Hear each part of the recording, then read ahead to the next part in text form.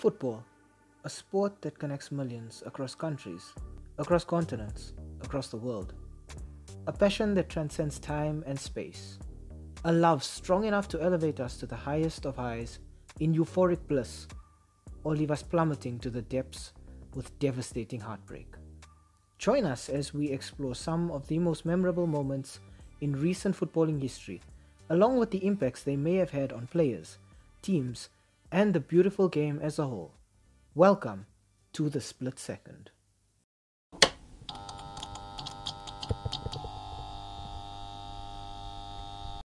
What is up, guys, and welcome to today's video.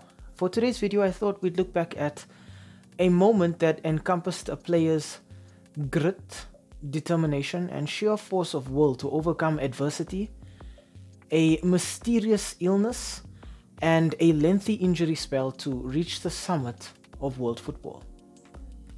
France find themselves in the World Cup final of 1998 against a Brazil squad boasting a 21-year-old named Ronaldo Nazario.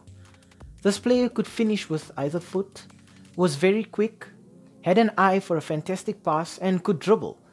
He was pretty much the complete forward at the time. But just before the match, Brazil was struck down with the worst possible news. Ronaldo would not play.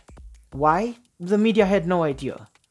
But the player and his teammates knew that somehow he had suffered a seizure just before the match.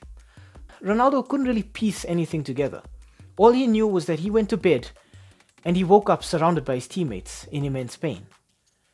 He wouldn't play the final, or at least that was what everybody thought. Minutes before kickoff, his name was announced on the team sheet, but Brazil were severely traumatized by the experience. Ronaldo was a shadow of his usual self, and the wheels just came off, France eventually coming out on top over the Brazilians. Ronaldo and Brazil would look to 2002 for their next taste of possible World Cup glory. But then, in the year 2000, while on club duty at Inter Milan, tragedy would strike once again. Ronaldo would go down clutching his knee. The reports around it, he'd basically broken his knee. The doctor had said that, in a nutshell, his kneecap exploded, and part of his kneecap ended up in his thigh. It is a horrific injury. It is traumatic. And it is pretty much career-ending. Ronaldo had to face the reality that he might not be able to play again. And even if he could, he would never be the same player. But he decided in that moment that he would overcome adversity, prove all of the doubters wrong, and make sure that he was ready for the Japan World Cup in 2002. Coach Scolari was left with a difficult decision, Ronaldo or Romario, and at the end of the day, the young Brazilian aged 25 at the time got the nod from the coach.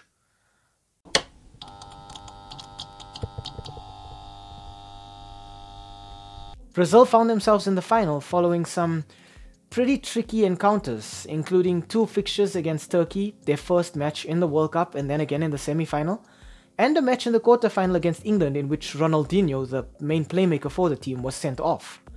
But sharing the pitch with the likes of Rivaldo, Ronaldinho, Cafu on right wing and Roberto Carlos on the left wing, it was a given that Brazil went into the final against Germany as heavy favourites.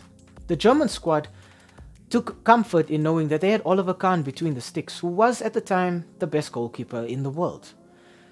For large periods of the game, the match looked even, but Germany started to edge things out a little, until eventually in the 67th minute, Ronaldo found an opener. A shot was taken and Oliver Kahn couldn't keep hold of the ball, Ronaldo getting hold of the rebound and just slotting it past the keeper. Germany continued pushing, knowing that they could find an equalizer, but it left them open at the back, and eventually a pass to Rivaldo was dummied. He steps over the ball and it ends up at the feet of Ronaldo, and once again he does what he does best and puts the ball past the keeper. A brace for Ronaldo in the final. It was surely over at that point, and I think everybody, including the German squad, knew that. It was a truly defining moment in the history of Brazilian football. Ronaldo had overcome everything, doubts, illness, adversity, to come out and lead this team to the World Cup final, and then to lead them to World Cup glory.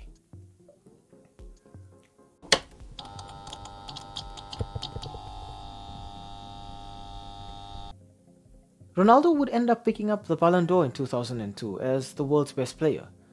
His 8 goals out of Brazil's 18 goals at that World Cup were integral in them winning that tournament. Ronaldo would continue his playing career feeling constant pain in his knees and having to deal with recurring injuries. His career was never the same after that injury, but he managed to win the World Cup, and that's all that matters. For our split second, I think it's gotta be that second goal.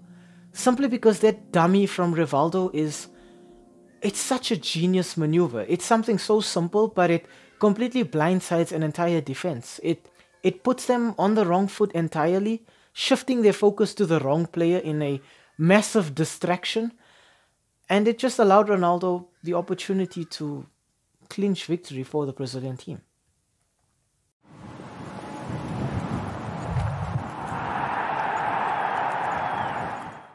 Hi, thank you for making it to the end of this video. We really appreciate the watch time and the fact that you took some time out of your day to spend it with us talking about the sport that we all love. If you enjoyed the content, why not, drop a like down below or comment in the comment section. Maybe even consider subscribing to the channel. And I mean, while you are here right now, have a look at some of our old videos too. They should be appearing on the screen right now, along with that subscribe button, so you know exactly what to do. Thank you so much, it really helps with the YouTube algorithm, and have a great day out there, and we hope to see you again very, very soon. Thanks, stay safe.